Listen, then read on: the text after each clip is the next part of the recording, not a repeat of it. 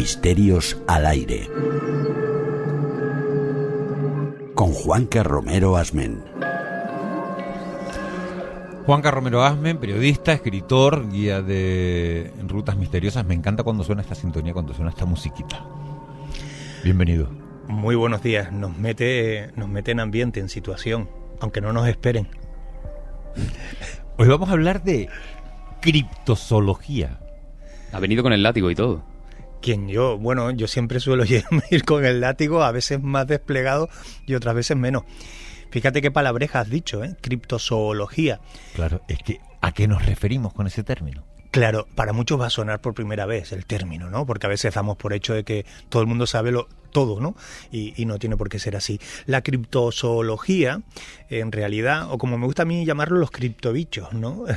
En realidad, lo que abarca, digamos, es el estudio de lo que la ciencia denomina críptidos, que en esencia son animales cuya existencia pues no ha sido demostrada científicamente, ¿no? Digamos que es la búsqueda de criaturas míticas, extintas, incluso, aunque esto ya no sería criptobicho o criptozoología propiamente dicho, que puedan estar vivos en el presente. Vamos a conocer esta mañana algunos de esos bichos, no personalmente, pero algunos rasgos de ellos que nos van a sorprender sin duda, ¿no? Por cierto, siempre nos pueden enviar sus mensajes, sus dudas, sus preguntas, incluso sus planteamientos de cara a próximas secciones de Juanca a través del 677-92-6015. Estamos hablando hoy de la criptozoología. Juanca, antes de seguir profundizando, por ejemplo, ¿el monstruo del lago Ness entra dentro de este término? Sí, entraría porque en realidad no hay una prueba o una evidencia científica de que Nessie, como lo llamamos coloquialmente, ¿no? El monstruo del lago Ness, haya existido o exista, sobre todo exista en la actualidad, ¿no? ¿Entraría dentro de los críptidos? Personalmente creo que sí, sin llegar a ser un experto en esta materia concretamente, pero es lo que los expertos nos apuntan. Pero no solo ese, ¿no? El chupacabras y otros tantos. Esta mañana nos vamos a centrar exclusivamente, si les parece, porque son muchos, en los que tienen que ver con el océano, con el mar, porque el mar, en fin, también tiene lo suyo, ¿no? Porque en este caso ya no solo hablamos de, por ejemplo, esas especies a lo mejor que están en los libros de leyendas, sino que también, por ejemplo, en todo aquello que esconde un mar inexplorado y que me imagino que será precisamente esa falta de conocimiento sobre el gran azul lo que motiva y es el motor de la criptozoología, ¿no? Es el combustible, sin duda alguna, o la pieza clave de todo esto, ¿no? ¿Por qué? Pues principalmente porque se siguen descubriendo seres, se sigue descubriendo vida extraña en nuestras profundidades. Fíjate, aunque luego escucharemos a un experto brevemente, que se calcula que el 90% de los fondos marinos están sin explorar.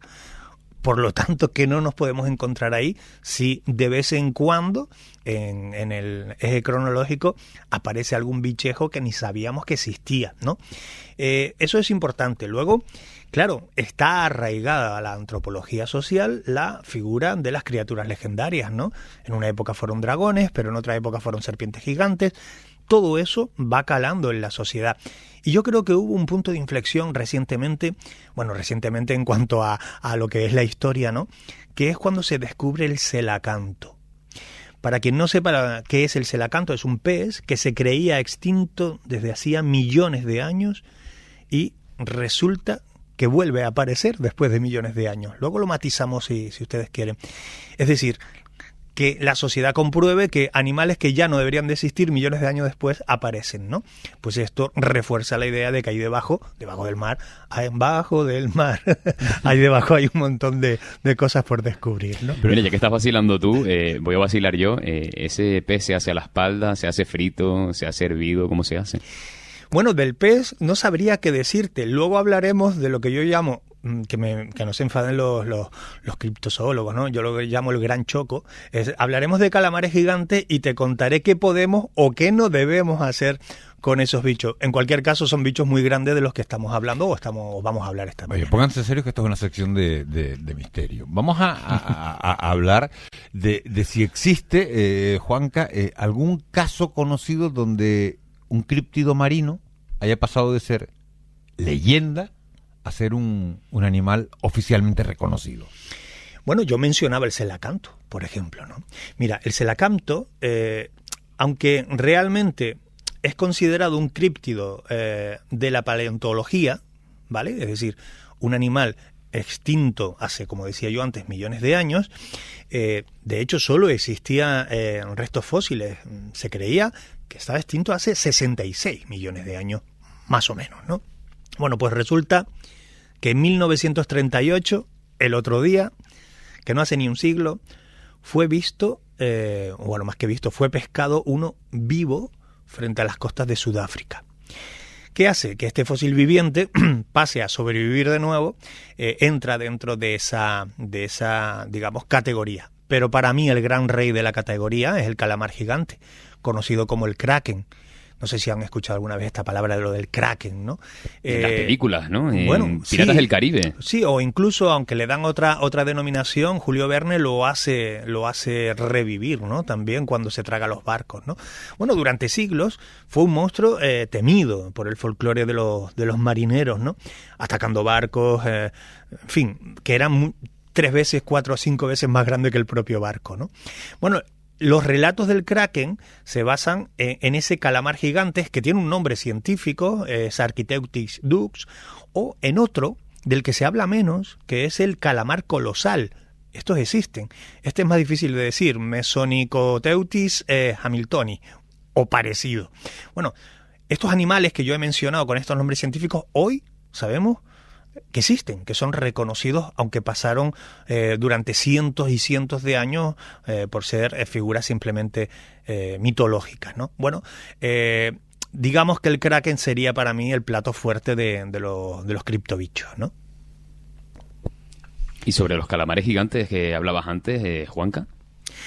Fíjate, yo los denomino kraken en general, ¿no? Para no perdernos mucho en la terminología, ¿no? Mira, las características del kraken, de este calamar mayúsculo, podrían ser, por simplificarlas mucho, primero, que tiene un tamaño colosal. Esto es fundamental. Como decía, en algunos relatos mitológicos lo confundían con islas. O sea, lo veían como medio flotando y decían que era una isla, ¿no?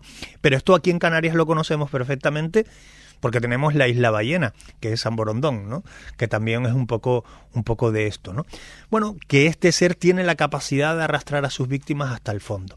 La apariencia que se le da al kraken es como un pulpo o un calamar gigante con tentáculos gigantescos, pero aquí deberíamos de diferenciar qué dice el mito y qué dice la realidad.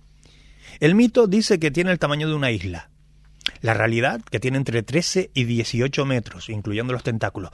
Con lo cual, ojo, chiquito pulpo, chiquito calamar, tampoco es pequeño, 18 metros. El mito dice que puede pesar varias toneladas. Y la realidad dice que entre 300 y 500 kilos. Si nos vamos al calamar colosal, hasta 700 kilos.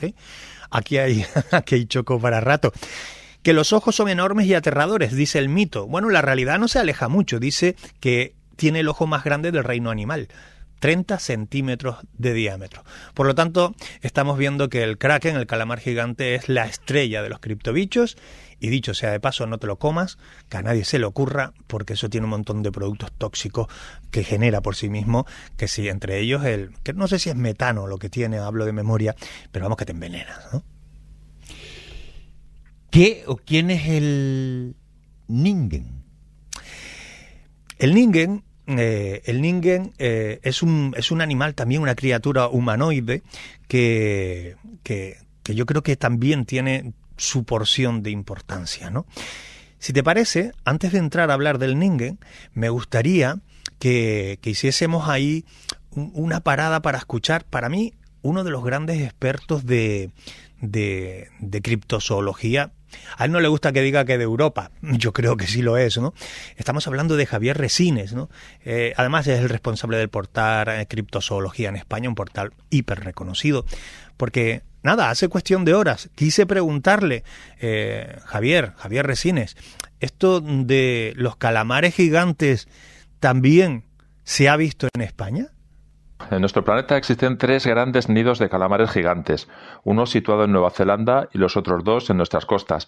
Concretamente se trata del caladero de Carrandi, una fosa submarina ubicada frente a las costas asturianas de Áviles, y del corredor situado entre la isla de Tenerife y La Gomera, donde en los últimos años han sido recuperados varios ejemplares. Así que, como ves, Juanca, España es una potencia mundial al disponer de 2 grandes focos de presencia de krakens, el único museo dedicado en el mundo a esta criatura, lo ubicado en Luarca, en Asturias, y tener también a varios de los mayores expertos internacionales en la materia, como el doctor Ángel Guerra del Instituto Español de Oceanografía de Vigo.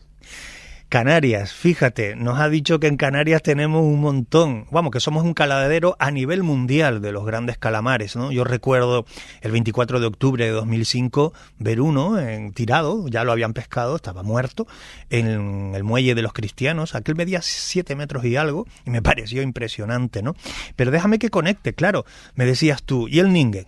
Bueno, ¿Qué pues, o quién es? Claro, esta es la pregunta. ¿Quién o qué? Claro, ¿qué cosa es esa, no? Nos lleva a otro lugar del mundo y esto demuestra que todo esto está repartido por el globo, ¿no? En el caso del Ningen ya no hablamos de un pulpo, no hablamos de nada con tentáculos, o eso parece. Estaríamos hablando de una criatura humanoide gigante, también entra en la criptozoología moderna japonesa. En este caso nos vamos a Japón. Fíjate cómo lo describen. Nos hablan de una criatura blanca, albina, de 20 a 30 metros de largo. Tiene una forma similar a la de un semihumano, porque tiene cabeza, brazos, a veces lo muestran hasta con dedos. Pero en otros casos hablan de una gran sirena. Aquí sí que nos conecta con el océano. Se dice que habita en las aguas heladas, que son sus predilectas, y se cree que es una leyenda urbana que se origina en Internet, como otras tantas, en los años 2000. Por lo tanto, tenemos un criptobicho en Japón, pero mucho más moderno. Esto también se va modernizando, todo lo que tiene que ver con nuestros criptozoólogos, no, con nuestros criptobichos, criptoanimales, ¿no? Juanca, cuando miramos mapas antiguos que, por ejemplo, que hacían los primeros navegantes, ya cuando incluso, por ejemplo, se había descubierto el continente americano, cuando se cartografiaba ya la Tierra, por ejemplo, a veces vemos que aparecen algún que otro bicho que se podría asemejar, vamos a entenderlo para hacerlo algo más visual, como si fuera un dragón chino, por ejemplo, ¿no? Algo alargado, una mezcla entre serpiente, ballena, una mezcla algo extraña. En ese caso estamos hablando del Leviatán, y cuando hablamos del Leviatán, ¿es leyenda? ¿Lo puede estudiar este campo de la criptozoología? A ver, a mí me apasiona especialmente el Leviatán y te diré por qué, porque todo lo que conecta con la Iglesia a mí me resulta sumamente interesante. El Leviatán no es un críptido, ¿vale? Esto de entrada, no lo es. Es principalmente una figura mitológica y religiosa. A ver, esto, si tiramos del hilo, nos va a llevar hasta el Antiguo Testamento de la Biblia. En el libro de Job, en los Salmos, ahí vamos a encontrar a un monstruo marino gigantesco con forma de serpiente o de dragón. A ver, simboliza, porque al final todo lo que es la religión tiene un mensaje detrás, un trasfondo, ¿no? El Leviatán lo que simboliza es el caos principal y las fuerzas de la naturaleza indomables, ¿eh? Eso es lo que nos quiere decir el Leviatán, pero no, respondiendo a tu pregunta, como se dice técnicamente, no es un críptido. El megalodón, ¿está considerado como animal criptozoológico o le corresponde otra categoría? Otra, porque el megalodón es una especie extinta, ¿vale? Esto es paleontología, no es criptozoología. No obstante, podríamos decir que es un críptido, pues bajo la teoría de que pudo haber sobrevivido hasta la actualidad. A ver, no hay base científica ninguna, pero hay un montón de gente en el mundo dejándose millones de dólares en expediciones buscando el megalodón. Bueno, el cine en Hollywood se ha puesto las botas con el gran megalodón, que es el tiburón gigantesco, el macro, el plus master de los tiburones, ¿no? Bueno, pues no sería criptozoología tampoco en este caso. Y Juanca, aún nos queda criptoanimales por descubrir, porque sabemos que no conocemos del todo los océanos, que además esa parte conocida es una ínfima parte, no sé si incluso llega a un 10%, pero me imagino que aún habrá que rebuscar, y ya no solo ahí, sino también incluso en literatura. Yo no sé si le pasa a ustedes o a los amigos oyentes que cuando vamos a una playa donde está el mar un poco revueltito, ¿verdad? Y metemos los pies y nos toca un poco esas algas en los tobillos, tiramos para atrás, se nos eriza hasta la vida, ¿no? Eso le pasa a todo el mundo. Yo no conozco a nadie que se le enrede el alga y que... Pues fíjate, eso es la misma orilla, ¿no? ¿Qué no habrá ahí debajo, no? Bueno, no se puede calcular de manera científica cuánto queda por descubrir. Es verdad que, sin embargo, ¿no? El potencial que hay ahí debajo es enorme, ¿no? Yo he querido hacer esta misma pregunta también nuevamente a Javier Resines, a este experto en criptozoología, porque además él tiene datos importantes, ¿no? Para que podamos dimensionar si podemos calcular cuánto queda por descubrir. Aún queda mucho por descubrir en el reino animal en general y en los fondos marinos en particular. Los científicos de la iniciativa Census of Marine Life creen que el 91% de los animales marinos aún no han sido descubiertos, descritos y catalogados por la ciencia oficial. A pesar de las dificultades técnicas, cada año se descubren unas 2.000 especies nuevas que se suman a las cerca de 250.000 ya registradas en el WORMS, el World Register of Marine Species.